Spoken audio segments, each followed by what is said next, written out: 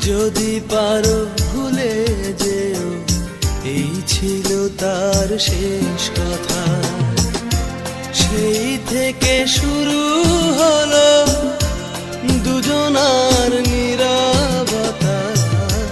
যদি পারো ভুলে যেও, এই ছিল তার শেষ কথা।